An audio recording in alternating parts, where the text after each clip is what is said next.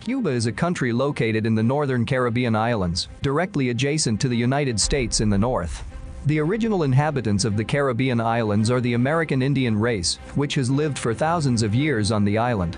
Europeans came to Cuba in the 15th century under Christopher's fleet.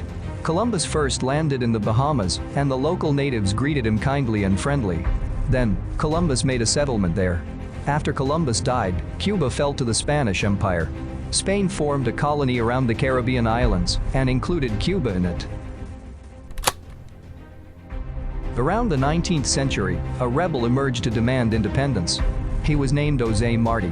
Martí was a native of Cuba who wanted independence. At that time, José was attending a high school, but at one time the Spanish government closed his school. Then he was angry and hated the Spanish government.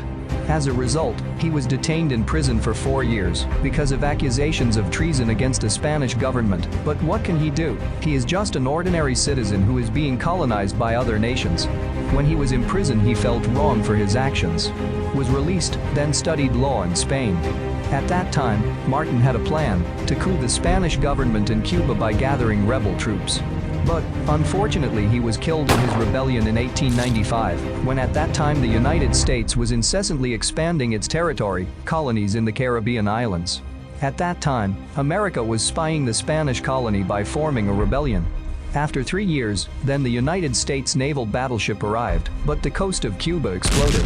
It sparked the anger of the United States to go to war with Spain. War was inevitable. The winner of the war was the United States. 1902 Cuba is free from the Spanish colonization given by the United States. The first president at that time, Tomás Estrada Palma, was very good at leading Cuba and bringing the country's progress.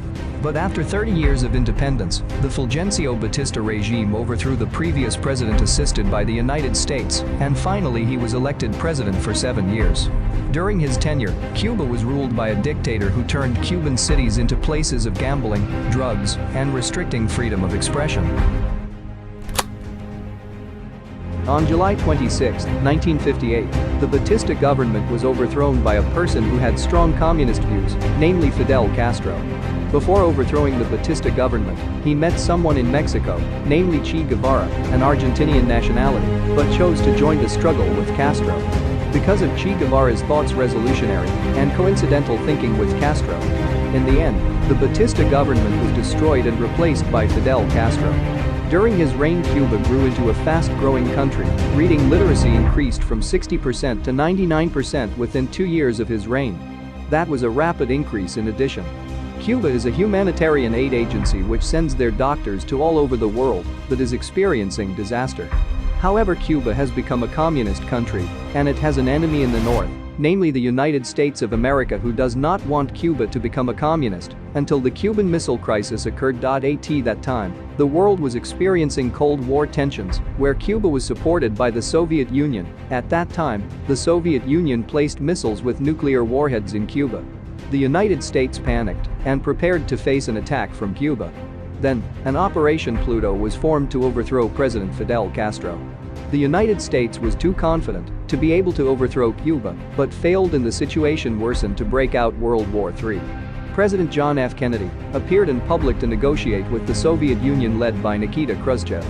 The Soviets withdrew their missiles in Cuba, and there was no split in World War III.